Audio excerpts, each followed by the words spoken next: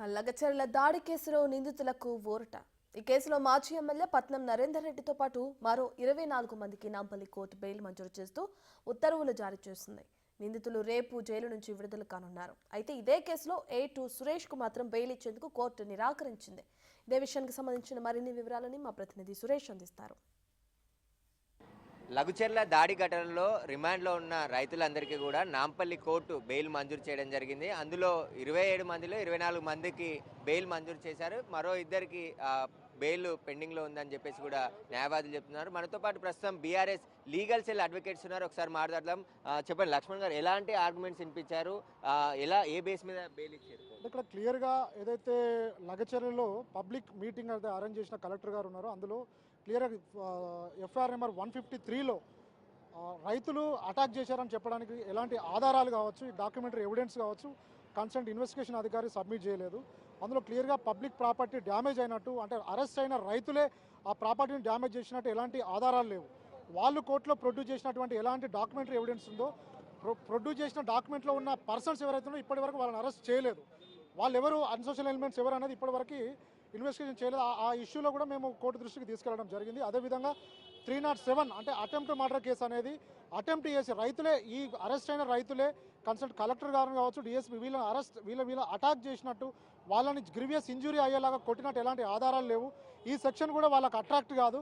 అదేవిధంగా land acquisition ప్రకారం ఓనర్స్గా ఉన్న వ్యక్తులు వాళ్ళ ప్రమేయం లేకుండా ల్యాండ్ తీసుకోవడం అనేది రాంగ్. అది ఆ చట్టం కూడా దానికి ఒప్పుకోదని క్లియర్గా మేము జడ్జి గారి ముందు ప్రస్తావించడం జరిగింది. దీని మీద కండిషన్స్ బెయిల్స్ అంటే 3 months వరకు ఎవరైతే బెయిల్స్ మంజూరు చేశారో, ఎవరికైతే పట్నం నరేందర్ రెడ్డి, అదేవిధంగా 24 మంది రైతులు 3 నెలల వరకు ఇన్వెస్టిగేషన్ అధికారి సమక్షంలో ఎవ్రీ ఫ్రైడే అపియర్ కావాలి, ఇన్వెస్టిగేషన్కి సపోర్ట్ చేయాలని క్లియర్గా కండిషన్స్ ఇవ్వడం జరిగింది. అంటే పట్నం నరేందర్ రెడ్డికి ఎలాంటి కండిషన్స్ పెట్టింది? శుక్రవారం రోజు హాజరు కావాలని చెప్తున్నారు కదా, మొత్తం ఎంతమందికి బెయిల్ మంజూరు అయింది, ఇంకెంతమందికి జైల్లో ఉంది? 27 మందికి బెయిల్ పిటిషన్స్ మూవ్ చేయడం జరిగిందండి. అందులో ముగ్గురు రీసెంట్గా అరెస్ట్ అయినటువంటి ముగ్గురు రైతులకి మాత్రం ఏది పీపీ మన కస్టడీ పిటిషన్ పెండింగ్ ఉంది కాబట్టి వాళ్ళ బెయిల్స్ డిస్మిస్ చేయడం జరిగింది. మిగతా రైతులకి కండిషన్స్తో కూడిన బెయిల్స్ పట్నం నరేందర్ రెడ్డి గారితో పాటు మిగతా 23 మంది రైతులకి కండిషన్స్తో కూడిన ఎవ్రీ ఫ్రైడే, కొందరికి ఫ్రైడే ఇచ్చారు, కొందరికి సాటర్డే ఇచ్చారు, మండే ఇచ్చారు.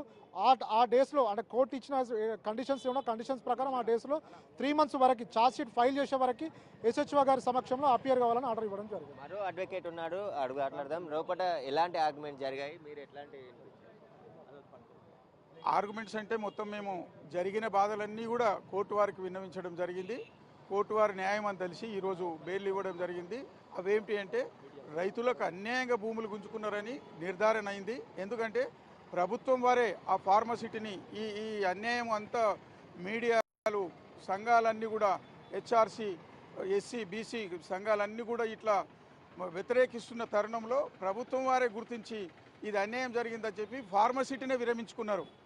ఆ షరతులన్నీ కూడా అక్కడ జరిగిన విషయాలన్నీ కూడా కోర్టు వారికి విన్నవించి, అదేవిధంగా రైతులు బాధతో 36 రోజుల నుంచి జైల్లో ఉండి హార్ట్ అటాకులు రావడము, కుటుంబం వారందరూ కూడా ఊరందరూ కూడా ఏడుస్తున్న సమయంలో ఊరందరూ కూడా యువకులు కూడా ఎక్కడ ఒక్కరు కూడా ఊర్లో లేకుండా ఊరు విడిచిపెట్టిపోవడం జరిగింది. సురేష్కి A2గా ఉన్నట్టు సురేష్కి బెయిల్ రాలేదు కదా, ఎందుకు కారణం ఏంటి? సురేష్ గారికి ఆయనకు పీటీ వారెంట్ ఇష్యూ చేసిండ్రు. అంటే ఇంకో కేసులో కూడా ఆయన ఉన్నాడు కాబట్టి దానికి ఆలోచన చేస్తున్నారు. పోలీస్ కస్టడీకి సెకండ్ టైం అడిగినారు, అది పెండింగ్ ఉండడంతోనే ఆయనకు బెయిల్ రాలేదు. రేపెల్లుండి ఆయన కూడా ఆర్గ్యుమెంట్స్ అవుతుంది, 100% ఆయనకు కూడా బెయిల్ వస్తుంది. ఇక్కడ ఎవ్వరు ఏమి నేరం చేసినట్టుగా క్లియర్గా కూడా ఇక్కడ అర్థమవుతుంది, చేసినట్టుగా ఎక్కడ లేదు ఆధారాలు. అయితే మొత్తం 24 మందికి బెయిల్ రావడం జరిగింది. అందులో పట్నం నరేందర్ రెడ్డి కూడా ఉన్నాడు, మాజీ ఎమ్మెల్యే.